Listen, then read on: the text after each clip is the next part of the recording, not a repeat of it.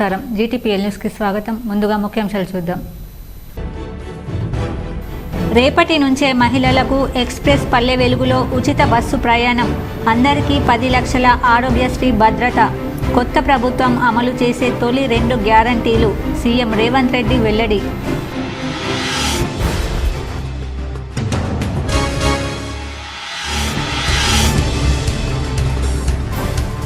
జీజీహెచ్లో చికిత్స పొందుతున్న Borgam primary school విద్యార్థులను పరామర్శించిన అర్బన్ ఎమ్మెల్యే ధన్పల్ సూర్యనారాయణ.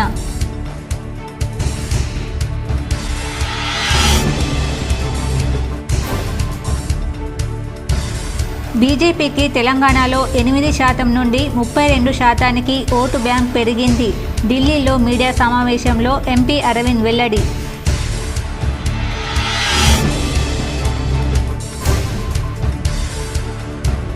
ఫామ్ హౌస్లో కాలు జారిపడ్డ మాజీ ముఖ్యమంత్రి కేసీఆర్. కాలుకు గాయం. కేసీఆర్ త్వరగా కోలుకోవాలని ట్వీట్ చేసిన ప్రధాని మోడీ.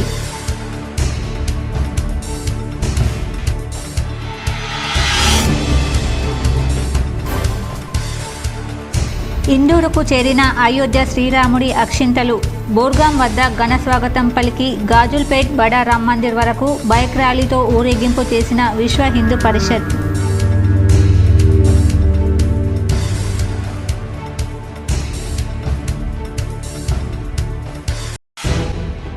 ప్రజా సమస్యలు పరిష్కరించేందుకు అధికారులు కృషి చేయాలి.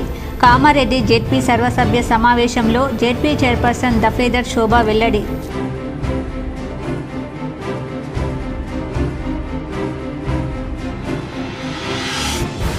టీబీజీకేఎస్ గెలుపు సింగరేణికి అవసరం. కార్మిక సంఘాలతో సమావేశమైన ఎమ్మెల్సీ కవిత.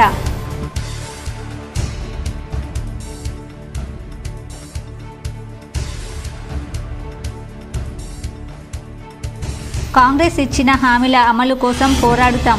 బాల్కొండలో మాజీ మంత్రి ఎమ్మెల్యే ప్రశాంత్ రెడ్డి కార్యకర్తల సమావేశంలో వెల్లడి.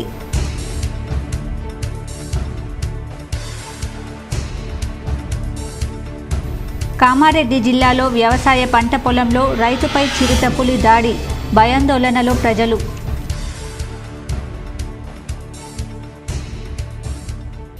రాష్ట్రంలో 6 గ్యారంటీ అమల్లో భాగంగా ఈ నెల 9న సోనియా గాంధీ జన్మదినం సందర్భంగా 2 గ్యారంటీలను అమలు చేయాలని మంత్రి మండలి నిర్ణయించింది. తొలి గ్యారంటీ కింద రాష్ట్రంలోని మహిళలకు ఆర్టీసీ బస్సుల్లో ఉచిత ప్రయాణం, 2 గ్యారంటీగా 10 లక్షల విలువైన ఆరోగ్యశ్రీ పథకాన్ని అమలు చేయనుంది. 100 రోజుల్లోగా 6 గ్యారంటీ హామీలు అమలు చేస్తామని స్పష్టం చేసింది. గురువారం సీఎం రేవంత్ రెడ్డి మంత్రుల ప్రమాణ స్వీకారం అనంతరం సచివాలయంలో సీఎం ఆధ్వర్యంలో తొలి మంత్రి మండలి సమావేశం జరిగింది. ఈ సమావేశ వివరాల్ని మంత్రులు శ్రీధర్ బాబు, పొన్నం ప్రభాకర్ విలేకరులకు వెల్లడించారు. ఆ వివరాలు వారి మాటల్లోనే. ప్రజలు, పారిశ్రామిక సంస్థలు, రైతులకు 24 గంటల ఉచిత విద్యుత్ ఇవ్వడం కాంగ్రెస్ ప్రభుత్వ గ్యారంటీ అని మంత్రి మండలి స్పష్టం చేసింది.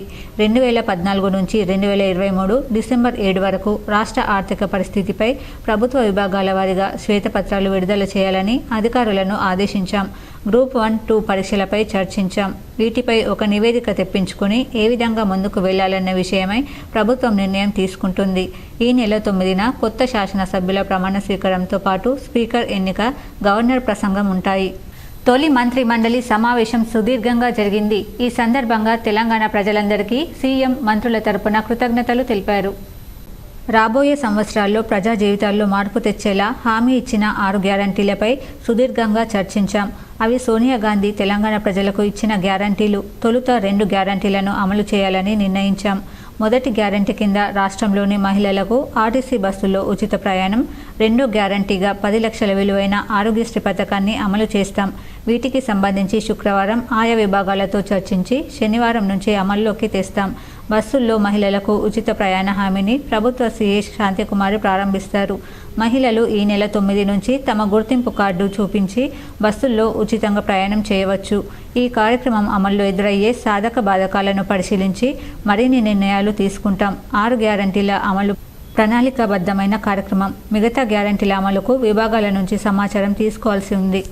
రాబోయే రోజుల్లో తెలంగాణలో ప్రభుత్వం ఏర్పాటు బీజేపీ పార్టీ చేస్తుందని నిజామాబాద్ ఎంపీ ధరంపురి అరవింద్ అన్నారు. గతంలో ఇప్పుడు లేని విధంగా రోజురోజుకు బీజేపీ పార్టీ తెలంగాణలో బలపడుతుందని ఎంపీ అరవింద్ అన్నారు.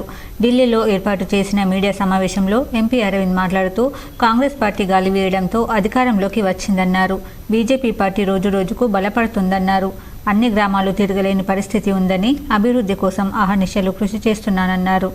8% ఉన్న ఓటు బ్యాంకు ఇప్పుడు 32%కు పెంచడం జరిగిందని ఎంపీ అరవింద్ తెలిపారు. రాజీనామా చేసి వచ్చింది. తెలంగాణలో ఎవరు రాజీనామా చేసి రాలేదండి. నిజామాబాద్ నియోజకవర్గ పార్లమెంట్లోనే వచ్చింది. 7 జాగాలల్లో మనం ఎక్కడ కూడా డిపాజిట్ కోల్పోలేదు. అన్ని డిపాజిట్లు వచ్చినాయి.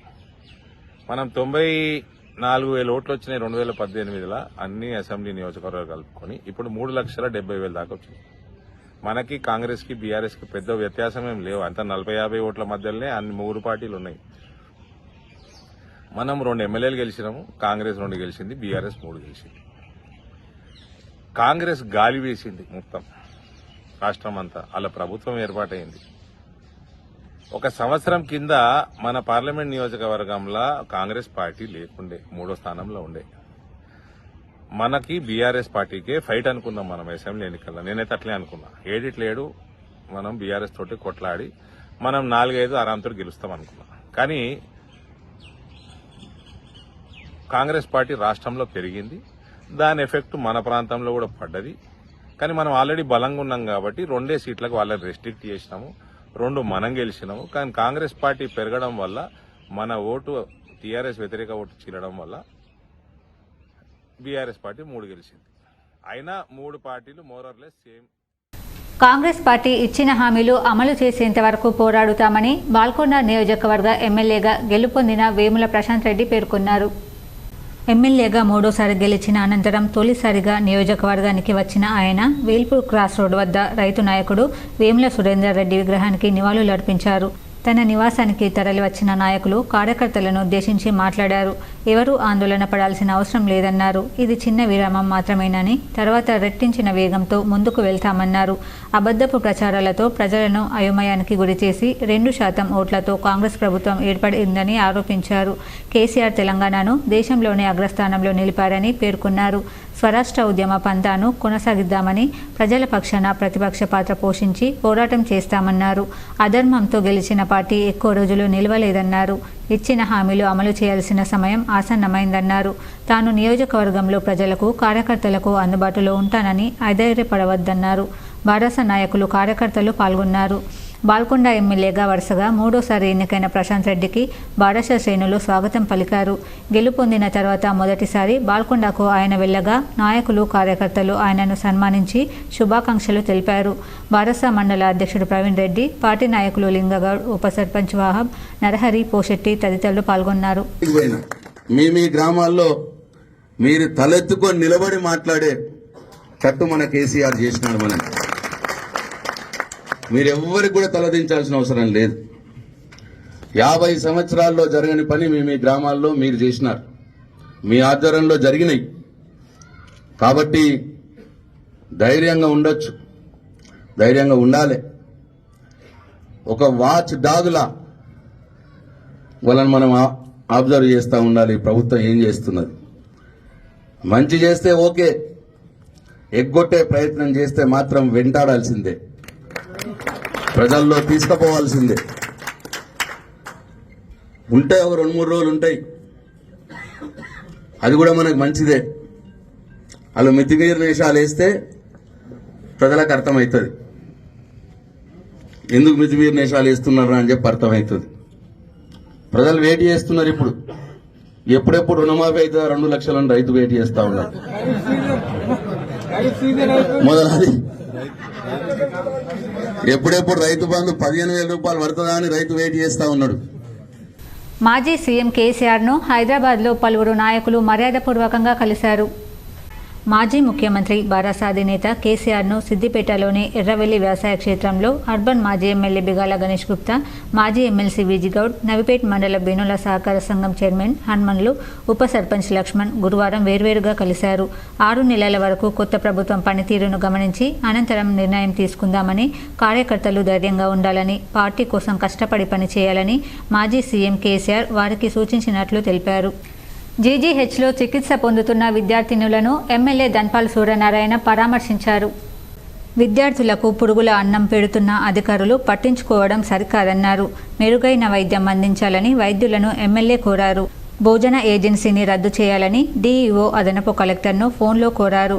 పెద్దొళ్ల గంగారెడ్డి, లక్ష్మీనారాయణ, శ్రీనివాస్ రెడ్డి, ఇల్లెందుల ప్రభాకర్, ఇప్పకాయల కిషోర్, హరీష్, పవన్, భాస్కర్, ఆనంద్ ఉన్నారు. సింగరేణి సంస్థ పురోగమనానికి టీబీజీకేఎస్ గెలుపు చాలా అవసరమని, సింగరేణి ఎన్నికల్లో గులాబీ జెండా ఎగరడం ఖాయమని ఆ సంఘం గౌరవ అధ్యక్షురాలు ఎమ్మెల్సీ కల్వకుంట్ల కవిత స్పష్టం చేశారు.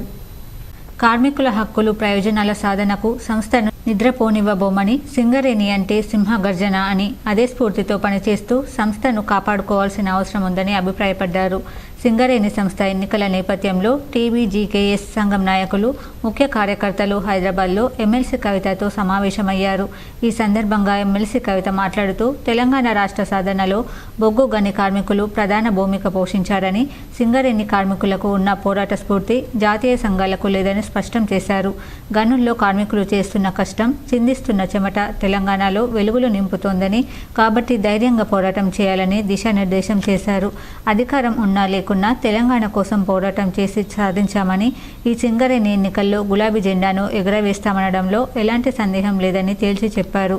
ఎన్నికల్లో ఒక్కొక్కరు ఒక్కో కేసీఆర్లా పనిచేయాలన్నారు. మేనిఫెస్టో కమిటీని ఏర్పాటు చేస్తామని, అతి త్వరలో తమ సంఘం మేనిఫెస్టోను విడుదల చేస్తుందని ప్రకటించారు. కామారెడ్డి జిల్లాలో ప్రజా సమస్యలు పరిష్కరించేందుకు అధికారులు కృషి చేయాలని జెడ్పీ చైర్మన్ దఫేదర్ శోభా సూచించారు. కామారెడ్డి జిల్లా కేంద్రంలోని జెడ్పీ హాల్లో సర్వసభ్య సమావేశం చైర్పర్సన్ దఫేదర్ శోభా అధ్యక్షతన జరిగింది. ఈ సందర్భంగా జిల్లా కలెక్టర్ జితేష్ పాటిల్ మాట్లాడుతూ అధికారులు ప్రజా సమస్యలను పరిష్కరించేందుకు కృషి చేస్తున్నారని తెలిపారు.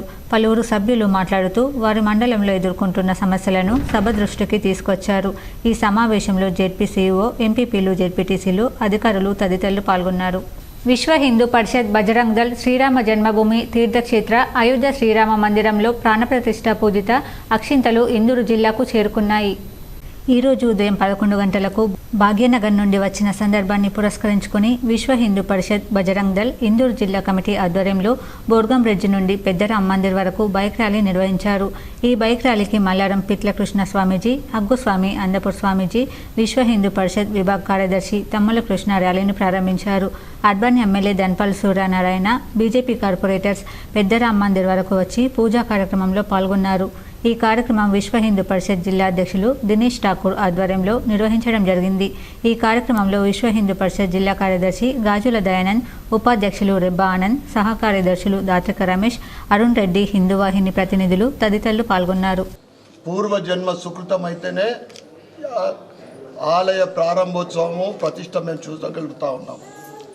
500 సంవత్సరాల క్రితము అనేక వేలాది మంది ప్రాణత్యాగంతో ఈరోజు భవ్యమైన దివ్యమైన రామ మందిరము ప్రపంచంలోనే అతిపెద్ద ఆధ్యాత్మిక కేంద్రం కాబోతా ఉంది భవిష్యత్తులో. అటువంటి రామ మందిర ప్రతిష్ట కార్యక్రమాన్ని స్వామివారు చెప్పినట్లు మనం అందరం కూడా అక్కడికి వెళ్ళే పరిస్థితి ఉండదు కనుక వారే స్వయాన రాముడి ఆశీర్వాదంతో మన ప్రతి ఇంట్లో అక్షంతలు మనకు రావడం జరుగుతూ ఉంది.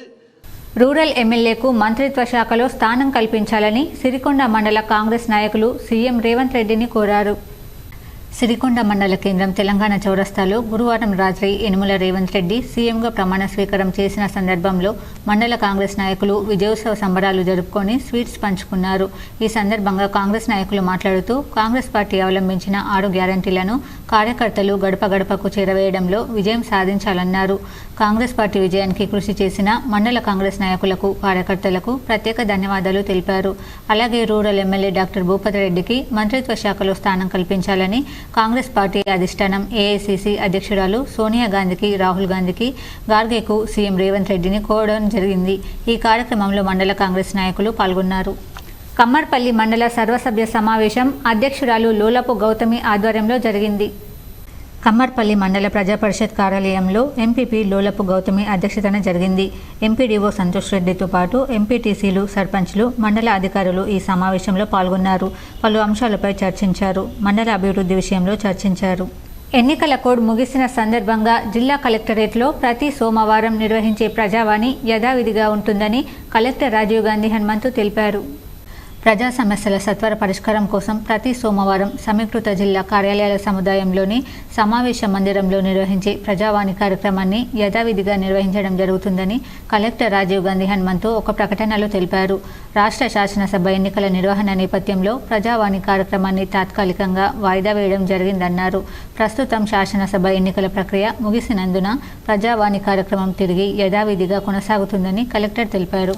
కెనరా బ్యాంక్ అందిస్తున్న సేవలను ఖాతాదారులు సద్వినియోగం చేసుకోవాలని Canara bank assistant general manager Srinivas సూచించారు. శుక్రవారం రెంజల్ మండల కేంద్రంలోని కెనరా బ్యాంక్ నూతన భవనాన్ని ప్రారంభించారు. ఈ సందర్భంగా ఏర్పాటు చేసిన సమావేశంలో ఖాతాదారులను ఉద్దేశించి ఆయన మాట్లాడుతూ రైతులు, విద్యార్థులు, డ్వాక్రా మహిళలకు తదితర రకాల రుణాలను బ్యాంక్ ద్వారా పొందవచ్చన్నారు.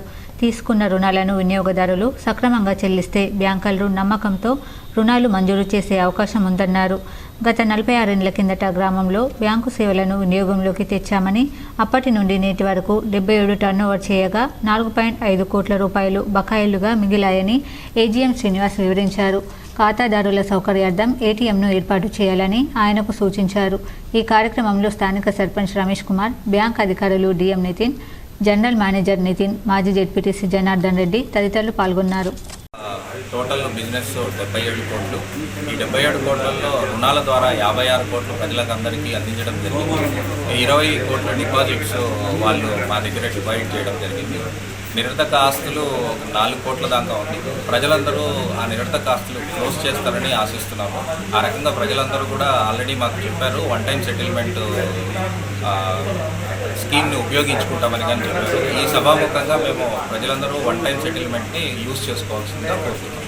నిజామాబాద్ జిల్లా దర్పల్లి మండల కేంద్రంలోని హైస్కూల్లో బాలల హక్కులపై అవగాహన సదస్సు నిర్వహించారు. బాలురులకి, బాలికలకి ఒక దగ్గర కూర్చోబెట్టి వాళ్లకున్న హక్కులని, జీవించే హక్కు, రక్షణ పొందే హక్కు, అభివృద్ధి చెందే హక్కు, భాగస్వామ్యం హక్కు, వీటిపైన బాలురు, బాలికలు ఏ రకంగా వీటిని ఉపయోగించుకోవచ్చు, వారిపై వాళ్లకు ఉన్న బాధ్యతలు ఏమిటి అనేది కొన్ని ఉదాహరణలతో సహా అవగాహన కల్పించడం జరిగింది. అలాగే అమ్మాయిలకు లైంగిక వేధింపులు, వాటి నుండి రక్షణ పొందడం, వారిని వారు సేవ్ చేసుకోవడం, గుడ్ టచ్, బ్యాడ్ టచ్ అనే అంశాలపై అవగాహన కల్పించడం జరిగింది. 1098 అనే నంబర్ యొక్క ఉపయోగాలు ఏమిటి అనే విషయాలపై అవగాహన కల్పించడం జరిగింది. ఈ బాలల హక్కుల కార్యక్రమంలో high school HM, teachers, ICDS supervisor Bujji, Anganwadi teachers, ICPS staff Swapna, Sravanthi పాల్గొనడం జరిగింది. కామారెడ్డి జిల్లాలో పంట పొలాల్లో పనిచేస్తున్న వ్యక్తిపై చిరుత దాడి చేసింది. ఈ సంఘటనలో గ్రామస్తులు భయాందోళనకు గురవుతున్నారు. కామారెడ్డి జిల్లా బీర్కూర్ మండలం బరంగ్ ఎడ్గి గ్రామంలోని ఎటిగడ్డ శివారులో తన పొలంలో పనిచేస్తున్న వడ్ల విజయ్ మీద చిరుతపులి దాడి చేసింది. గట్టిగా కేకలు వేయడంతో అక్కడి నుండి పారిపోయింది. విజయ్కి చికిత్స నిమిత్తం బీర్కూర్ ప్రభుత్వ ఆసుపత్రికి తరలించారు. చిరుత దాడితో బరంగ్ ఎడ్గి గ్రామస్తులు భయాందోళనకు గురవుతున్నారు. ఏటిగడ్డకు పొద్దున మా పక్క పొలంలో బన్నీ అనే అబ్బాయికి చిరుతపులి దాడి చేసింది. మాది పక్క పొలమే. మేము పొలానికి వెళ్ళాలంటే బాగా భయపడుతున్నాము. దయచేసి దీనిని అధికారులు తొందరగా స్పందించి చర్యలు తీసుకోవాలని కోరుకుంటున్నాను. ఇకపై ప్రభుత్వ స్కూళ్లలో, హాస్టళ్లలో విద్యార్థులకు నాణ్యమైన భోజనం అందించడం కోసం ఎన్ఎస్యుఐ కృషి చేస్తుందని ఎన్ఎస్యుఐ నిజామాబాద్ జిల్లా అధ్యక్షుడు వరదబట్టు వేణురాజ్ తెలిపారు. బోర్గాంపి ప్రభుత్వ పాఠశాలలో భోజనం సరిగ్గా లేక కొంతమంది విద్యార్థులు కడుపు నొప్పికి గురవడంతో జిల్లా ఎన్ఎస్యుఐ అధ్యక్షులు వరదబట్టు వేణురాజ్ ఈరోజు బోర్గాంలోని ప్రైమరీ ప్రభుత్వ పాఠశాలను, ఎంఈఓతో పాటు సెకండరీ పాఠశాలను సందర్శించి వారితో మధ్యాహ్న భోజనం చేయడం జరిగింది. అనంతరం వేణురాజ్ మాట్లాడుతూ ఇది గత ప్రభుత్వ హయాంలో నాసి రకమైన సరుకులతో పాటు కొంతమంది హాస్టల్ వార్డెన్లు, సిబ్బందితో పాటు పాఠశాల అధికారుల నిర్లక్ష్యం వల్ల కొన్ని చోట్ల విద్యార్థులకు ఫుడ్ పాయిజన్ జరిగిందని, ఎప్పుడు నూతనంగా ఏర్పడిన కాంగ్రెస్ పార్టీ ప్రభుత్వంలో విద్యార్థులకు ఎటువంటి పాయిజన్లు జరగకుండా చూసుకునే బాధ్యత ప్రభుత్వానిదే అన్నారు. నగర శివారులోని బోర్గాం ప్రభుత్వ ప్రాథమిక పాఠశాలలో విద్యార్థులు అస్వస్థతకు గురయ్యారు. గురువారం మధ్యాహ్న భోజనం చేసిన తర్వాత 20 మంది విద్యార్థులకు కడుపు నొప్పితో పాటు వాంతులయ్యాయి. పాఠశాలలోని మెడికల్ ఆఫీసర్లు ప్రాథమిక చికిత్స అందించగా మెరుగైన చికిత్స నిమిత్తం జిల్లా కేంద్రంలోని జీజీహెచ్కు తరలించారు. విషయం తెలుసుకున్న ఎంఈఓ రామారావు పాఠశాలను సందర్శించి హెచ్ఎం ధనలక్ష్మి వద్ద వివరాలు తెలుసుకున్నారు. పూర్తి స్థాయి నివేదికను జిల్లా విద్యాశాఖ అధికారులకు అందించారు. బోర్గాం ప్రభుత్వ ప్రాథమిక పాఠశాలలో మొత్తం 141 మంది విద్యార్థులు చదువుతున్నారు. వారికి మెనూ ప్రకారం అన్నం, పప్పు, సోరకాయతో మధ్యాహ్న భోజనం వడ్డించారు. మొదట కొంతమంది విద్యార్థులకు కడుపు నొప్పి రావడంతో ఉపాధ్యాయులు వైద్యులను పిలిపించి మందులు వేశారు. ఆ తర్వాత వివిధ తరగతులకు చెందిన మరికొందరికి కడుపు నొప్పితో పాటు వాంతులయ్యాయి. విషయం తెలుసుకున్న విద్యార్థుల తల్లిదండ్రులు పాఠశాలకు చేరుకొని ఒకంత ఆందోళనకు గురయ్యారు. తమ పిల్లలు ఫుడ్ పాయిజన్కు గురయ్యారని తల్లిదండ్రులు అనుమానం వ్యక్తం చేశారు. అస్వస్థతకు గురైన విద్యార్థులను అంబులెన్స్లో జిల్లా కేంద్రంలోని ప్రభుత్వ ఆసుపత్రికి తరలించారు. విద్యార్థులకు చికిత్స అందిస్తున్నామని ఎంఈఓ రామారావు తెలిపారు. విద్యార్థుల ఆరోగ్యం ప్రస్తుతం మెరుగ్గానే ఉందన్నారు. అయితే విద్యార్థులందరూ అస్వస్థతకు గురవుతారని, కొందరు మాత్రమే అస్వస్థతకు గురి కావడం పట్ల బయట తినుబండారాలు ఏమైనా తిన్నారా అనే కోణంలో విచారణ చేపడుతున్నారు. భోజనం, కూరగాయలు, తాగునీరు, వాటర్ ట్యాంకులోని నీటి శాంపిళ్లను ఫుడ్ సేఫ్టీ అధికారులు సేకరించారు. బోర్గాం ప్రాథమిక పాఠశాలలో అస్వస్థతకు గురైన విద్యార్థులకు జిల్లా జనరల్ ఆసుపత్రిలో చికిత్స అందిస్తున్నారు. విద్యార్థుల ఆరోగ్య పరిస్థితి మెరుగుపడుతుందని వైద్యులు తెలిపారు. Nizamabad popular front of India కేసులో జాతీయ దర్యాప్తు సంస్థ గురువారం అదనపు ఛార్జిషీట్ నమోదు చేసింది. ఈ కేసులో ఇప్పటికే 16 మందిని నిందితులుగా చేర్చిన ఎన్ఐఏ తాజాగా నొస్సం మహ్మద్ యూనుస్ను 17వ నిందితుడిగా చేరుస్తూ హైదరాబాద్ ఎన్ఐఏ ప్రత్యేక న్యాయస్థానంలో ఛార్జిషీట్ దాఖలు చేసింది. ఈ మేరకు ఎన్ఐఏ అధికారులు ఓ ప్రకటన విడుదల చేశారు. నొస్సం మహ్మద్ యూనుస్ ఉగ్రహింసకు పాల్పడే అంశాలపై ముస్లిం యువతకు శిక్షణ ఇస్తున్నట్లు ఎన్ఐఏ అధికారులు తమ ప్రకటనలో పేర్కొన్నారు. 2047లో భారతదేశంలో ఇస్లామిక్ రూల్ తేవాలని వీరు లక్ష్యంగా పెట్టుకున్నట్లు వెల్లడించింది. పిఎఫ్ఐ ఆధ్వర్యంలో నిర్వహిస్తున్న శిక్షణ శిబిరాల్లో తాము లక్ష్యంగా చేసుకున్న వ్యక్తుల గొంతు, కడుపు, తల వంటి ముఖ్యమైన శరీర భాగాలపై ఆయుధాలతో దాడి చేసేలా శిక్షణ ఇచ్చినట్టు ఎన్ఐఏ తమ ఛార్జిషీట్లో పేర్కొంది. హింసాత్మక ఘటనలకు పాల్పడేలా ముస్లిం యువతకు శిక్షణ ఇవ్వడంతో పాటు దేశంలో వివిధ మతాల మధ్య ద్వేషాన్ని పెంచేలా కూడా పిఎఫ్ఐ శిక్షణ కొనసాగినట్లు తెలిపింది. నిజామాబాద్ 4వ టౌన్ పోలీస్ స్టేషన్ పరిధిలో తొలుత ఈ కేసు జూలై 2022లో నమోదైంది. ఆ తర్వాత కేసు దర్యాప్తును ఆగస్టు 2022న ఎన్ఐఏ ప్రారంభించింది. 11 డిసెంబర్ 2022న 11 మందిపై ఛార్జిషీట్ నమోదు చేసింది. ఈ ఏడాది మార్చిలో మరో 5 నిందితులను చేరుస్తూ రెండో అదనపు ఛార్జిషీట్ దాఖలు చేసింది. తాజాగా మరో నిందితుడిని చేర్చారు. తెలంగాణ శాసనసభ ఎన్నికలతో ఆర్టీసీ సంస్థకు ఆదాయం సమకూరింది. మునుపెన్నడూ లేని విధంగా ఈసారి పోలింగ్లో పాల్గొనేందుకు పట్టణాలు, ఇతర ప్రాంతాల్లో నివాసం ఉంటున్న వారు సొంతూళ్లకు వచ్చారు. ఉమ్మడి జిల్లాలో 9 నియోజకవర్గాలకు లక్షల మంది ఓటు వేయడానికి వచ్చారని అంచనా. గత నెల 30వ తేదీన పోలింగ్ జరిగింది. ఎన్నికల దృష్ట్యా 2 రోజులు సెలవులు ప్రకటించడంతో దూర ప్రాంతాల్లో ఉన్నవారు స్వస్థలాలకు చేరుకున్నారు. వ్యాపారులు, ఉద్యోగులు, సాఫ్ట్వేర్ ఇంజనీర్లు, కార్మికులు, చిన్న స్థాయి సిబ్బంది రాకతో ఆర్టీసీ ఖజానా కలకలలాడింది. ఉమ్మడి జిల్లా పరిధిలో ఎన్నికల నేపథ్యంలో నవంబర్ 28 నుంచి డిసెంబర్ 3 వరకు 6 రోజులకు గాను 98 లక్షల ఆదాయం సమకూరింది. ఉమ్మడి జిల్లాలో 6 బస్ డిపోలు ఉన్నాయి. ఇక్కడ ప్రధాన ప్రాంగణాలైన కామారెడ్డి, నిజామాబాద్ కేంద్రాలకు 1.20 లక్షల మంది వచ్చారు. ఆర్మూర్, బోధన్, బాన్స్వాడ ప్రయాణ ప్రాంగణాలకు 1.14 లక్షల మంది వచ్చినట్లు అంచనా. రీజియన్ పరిధిలో 660 బస్సులు అందుబాటులో ఉన్నాయి. వివిధ పట్టణాల్లో ఎన్నికల సిబ్బందిని కేంద్రాలకు బస్సుల్లో తరలించారు. కొందరిని ప్రైవేటు వాహనాల్లో పోలింగ్ కేంద్రాలకు తీసుకెళ్లారు. ఆయా గ్రామాల నుంచి జనం సొంత ప్రాంతాలకు తరలి రావడంతో ప్రాంగణాలన్నీ కిక్కిరిశాయి. జిల్లాలో యాసంగి సీజన్లో ధాన్యం సేకరణ ప్రశాంతంగా ముగిసింది. రైతులకు ఎలాంటి ఇబ్బందులు లేకుండా కొనుగోలు చేపట్టారు. జిల్లా వ్యాప్తంగా 440 కొనుగోలు కేంద్రాల ద్వారా 4.10 లక్షల మెట్రిక్ టన్నులు సేకరించారు. జిల్లా అధికార యంత్రాంగం 8 లక్షల మెట్రిక్ టన్నుల ధాన్యం సేకరించాలని లక్ష్యంగా పెట్టుకుంది. కానీ లక్ష్యం సగానికి మించలేదు. ప్రభుత్వ కొనుగోలు కేంద్రాలు ప్రారంభం కాకముందే బహిరంగ మార్కెట్లో మంచి ధర రావడంతో రైతులు ధాన్యాన్ని వ్యాపారులకు విక్రయించారు. జిల్లాలో 4.20 లక్షల ఎకరాల్లో వరి సాగు చేశారు. సుమారు 10 లక్షల మెట్రిక్ టన్నులకు పైనే ధాన్యం దిగుబడి వస్తుందని అంచనా వేశారు. అందులో స్థానిక అవసరాలకు పోను మిగిలిన 8 లక్షల మెట్రిక్ టన్నుల ధాన్యాన్ని సేకరించాలని అధికార యంత్రాంగం లక్ష్యంగా పెట్టుకుంది. అందుకోసం అదనపు కలెక్టర్ యాదిరెడ్డి ఆధ్వర్యంలో పకడ్బందీ ఏర్పాట్లు పూర్తి చేశారు. ధాన్యం రవాణా, గన్ని బ్యాగులు, రైస్ మిల్లుల కేటాయింపు తదితర రైతులకు ఇబ్బందులు ఎదురుకాకుండా అన్ని రకాల చర్యలు చేపట్టారు. బహిరంగ మార్కెట్లో ధాన్యానికి గిట్టుబాటు ధర పలకడంతో రైతులు, వ్యాపార దళారులకు విక్రయించారు. సుమారు 6 లక్షల మెట్రిక్ టన్నుల ధాన్యం నల్గొండ, హైదరాబాద్తో పాటు జిల్లాలోని పలువురు రైస్ మిల్లర్లు, దళారులు కొనుగోలు చేశారు. దొడ్డు రకం క్వింటాలుకు 2,200 రూపాయల నుంచి 2,300 రూపాయల వరకు, సన్న రకం క్వింటాలుకు 2,600 వరకు ధర పలికింది. దీంతో 8 లక్షల మెట్రిక్ టన్నులు లక్ష్యంగా పెట్టుకోగా బహిరంగ మార్కెట్కు ధాన్యం తరలిపోవడంతో కొనుగోలు కేంద్రాల ద్వారా కేవలం 4.10 లక్షల మెట్రిక్ టన్నులను మాత్రమే సేకరించారు. 63,133 మంది రైతులు కేంద్రాలకు ధాన్యాన్ని తీసుకొచ్చారు. ధాన్యం లేకపోవడంతో కొనుగోలు కేంద్రాలు మూసేశారు. 55,732 మంది రైతులకు సంబంధించిన 810 కోట్ల రూపాయల ధాన్యం డబ్బులు వారి ఖాతాల్లో జమ చేశారు. తెలంగాణ మహిళలకు శుభవార్త. కాంగ్రెస్ పార్టీ అధికారంలోకి వచ్చిన సందర్భంగా సోనియా గాంధీ జన్మదినం పురస్కరించుకుని మహిళలకు ఆర్టీసీ బస్సులో ఉచిత ప్రయాణాన్ని సీఎం రేవంత్ రెడ్డి ప్రారంభించనున్నారు. మరింత సమాచారాన్ని మా సీఈఓ శ్రీనివాస్ వివరిస్తారు. తెలంగాణలో ఇటీవల జరిగిన అసెంబ్లీ ఎన్నికల్లో కాంగ్రెస్ పార్టీ అధికారంలోకి వస్తే 6 గ్యారంటీ స్కీమ్లు అమలు చేస్తామని చెప్పడం జరిగింది.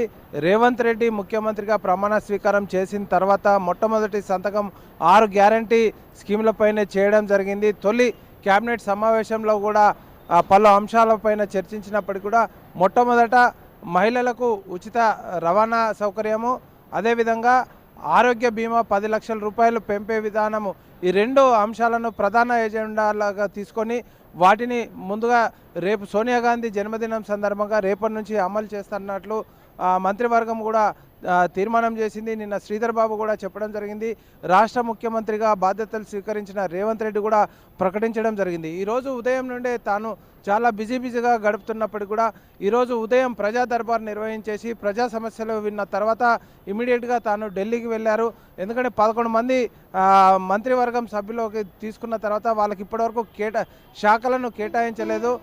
వాళ్ళకి ఏ శాఖలు కేటాయించాలి, అదేవిధంగా ఇంకా మిగతా 6గురిని ఎవరిని తీసుకోవాలి అనే అంశాల మీద హైకమాండ్ పర్మిషన్ తీసుకునేందుకు తాను ఢిల్లీకి వెళ్ళడం జరిగింది. ఢిల్లీలో సోనియా గాంధీని కలిసేసి సుదీర్ఘంగా చర్చించారు రేవంత్ రెడ్డి.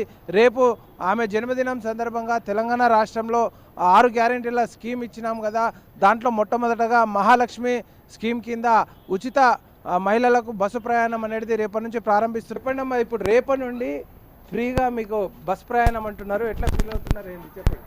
చాలా ఎగ్జైటింగ్గా ఫీల్ అవుతున్నాం కావచ్చు. ఇప్పటికైతే హ్యాపీనే. స్టేట్ మొత్తం తిరగవచ్చు.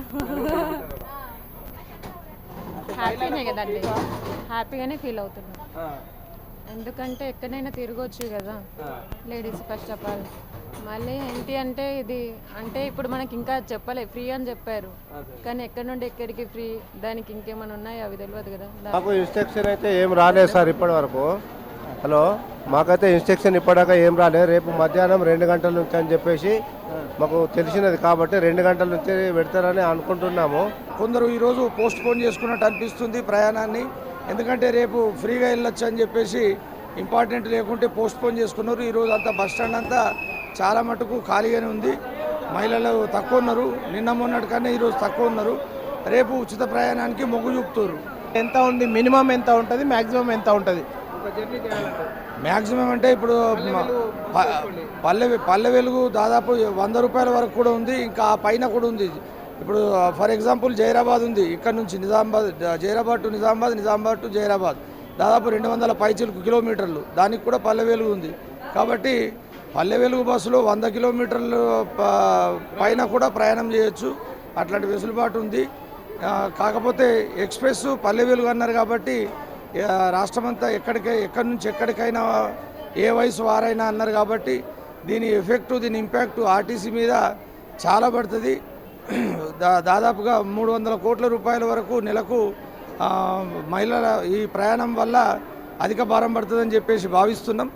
అయినను ప్రభుత్వం వాటిని చెల్లించడానికి సుముఖంగా ఉంది కాబట్టి మాకు ఎలాంటి అభ్యంతరాలు లేవు. ఇప్పుడు మండలాల వార్తలు చూద్దాం.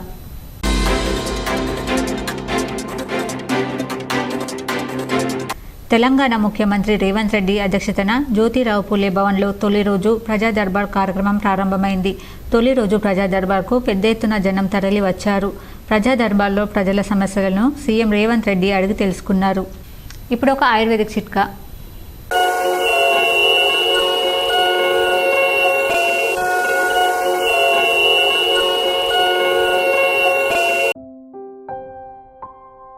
నాజుగ్గా కనబడాలంటే వ్యాయామం చేయాలి. వ్యాయామం చేయగానే నీళ్లు తాగకూడదు.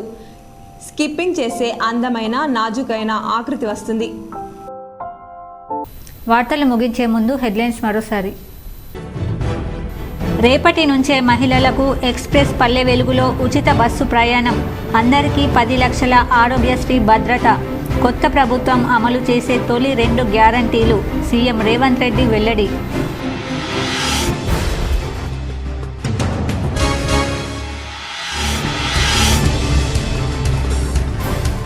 జీజీహెచ్లో చికిత్స పొందుతున్న బోర్గం ప్రైమరీ స్కూల్ విద్యార్థులను పరామర్శించిన అర్బన్ ఎమ్మెల్యే ధన్పల్ సూర్యనారాయణ.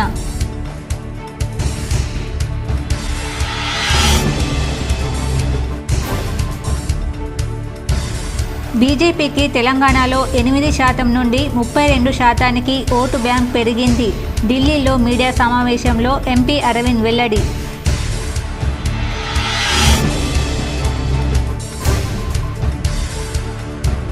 ఫామ్ హౌస్లో కాలు జారిపడ్డ మాజీ ముఖ్యమంత్రి కేసీఆర్. కాలుకు గాయం. కేసీఆర్ త్వరగా కోలుకోవాలని ట్వీట్ చేసిన ప్రధాని మోడీ.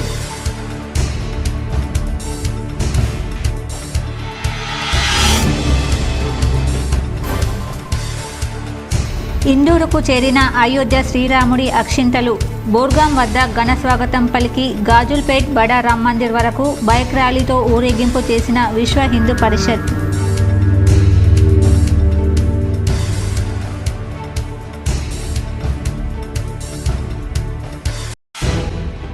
ప్రజా సమస్యలు పరిష్కరించేందుకు అధికారులు కృషి చేయాలి. కామారెడ్డి జెడ్పీ సర్వసభ్య సమావేశంలో జెడ్పీ చైర్పర్సన్ దఫేదర్ శోభా వెల్లడి.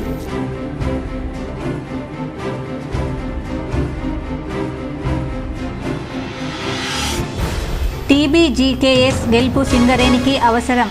కార్మిక సంఘాలతో సమావేశమైన ఎమ్మెల్సీ కవిత.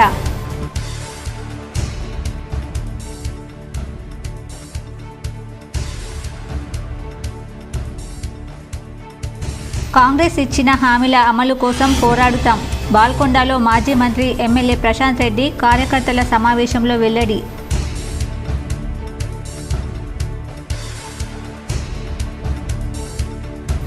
కామారెడ్డి జిల్లాలో వ్యవసాయ పంట పొలంలో రైతుపై చిరుతపులి దాడి. భయాందోళనలో ప్రజలు.